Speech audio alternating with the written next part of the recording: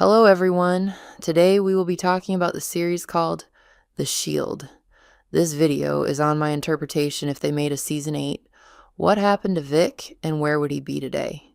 But first, let's recap on one of the best anti-villain stories ever made. Vic Mackey is the central character of The Shield, who serves as the leader of the strike team in the fictional Farmington district of Los Angeles. On the surface, he is a decorated detective committed to taking violent criminals off the streets. Beneath that reputation, however, he is deeply corrupt, using intimidation, theft, manipulation, and violence whenever he believes it will achieve his goals.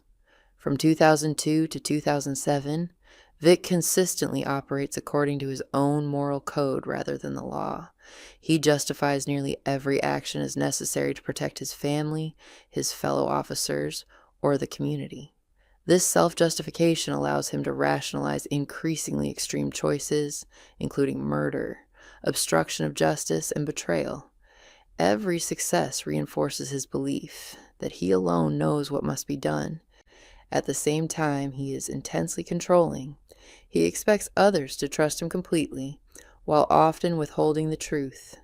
Vic Mackey is frequently cited as one of television's most compelling examples of a morally compromised protagonist. This conviction is paired with a powerful sense of self-importance. He repeatedly assumes that his judgment is superior to everyone else's, and that only he can solve the problems in front of him.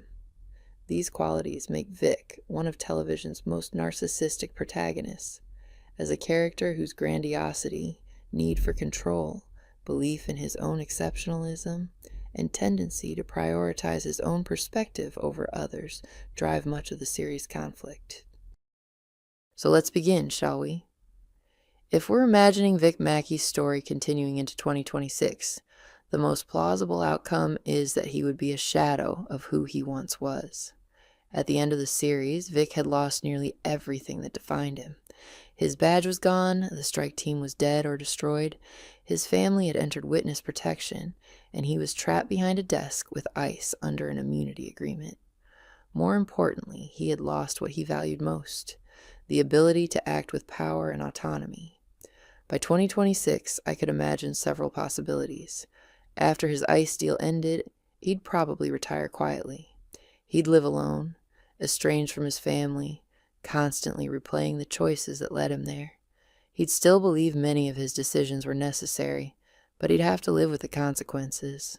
Someone with Vic's street knowledge might eventually find work in private investigations, security consulting, or risk management. He'd never enjoy the same authority he had as a detective. One thing I don't think changes is his self-justification. Vic almost always framed his worst actions as necessary for a greater good or for protecting someone. Even in 2026, he'd probably continue telling himself that if people really understood the situations he faced, they'd see why he did what he did. At the same time, the losses he'd suffered, especially Shane, Ronnie, Lem, and his family, would likely weigh on him in quieter moments, even if he'd rarely admit it aloud. Years behind a government desk slowly became their own kind of prison for Vic Mackey. Every day followed the same routine: paperwork, meetings, policies, and supervisors who had no idea what he had once been capable of. The streets no longer belonged to him. The instincts that had once made him one of Los Angeles's most effective and most dangerous detectives had nowhere to go. At first, Vic tried to convince himself that he could adapt. He kept his head down, served out his obligations, and waited for the immunity agreement to end. But the longer he remained confined to a life without purpose or authority, the more restless he became. The frustration never exploded all at once. It accumulated quietly over years, turning into something heavier and harder to ignore. Vic had always needed to feel useful. He needed problems to solve, enemies to outmaneuver, and situations where he could impose order through force of will. Deprived of those things, he became increasingly volatile beneath the surface. Outwardly, he remained composed, but internally, he felt like a man whose entire identity had been stripped away. It made him dangerous. The same moral compromises that had defined his career never disappeared. They simply had fewer opportunities to emerge. If presented with a situation where breaking the law seemed like the fastest or most effective solution, Vic would find it difficult to resist. In his mind, legality had always been secondary to results. As the years passed, the distinction between former detective and future criminal became increasingly fragile. It was not because Vic enjoyed crime for its own sake. He never saw himself as a predator. He saw himself as someone willing to cross lines that others would not if it meant achieving what he believed was the right outcome. In 2026, he would probably be in his early 60s. His mindset would change very little. Although age has diminished his physical edge, it has not softened his personality.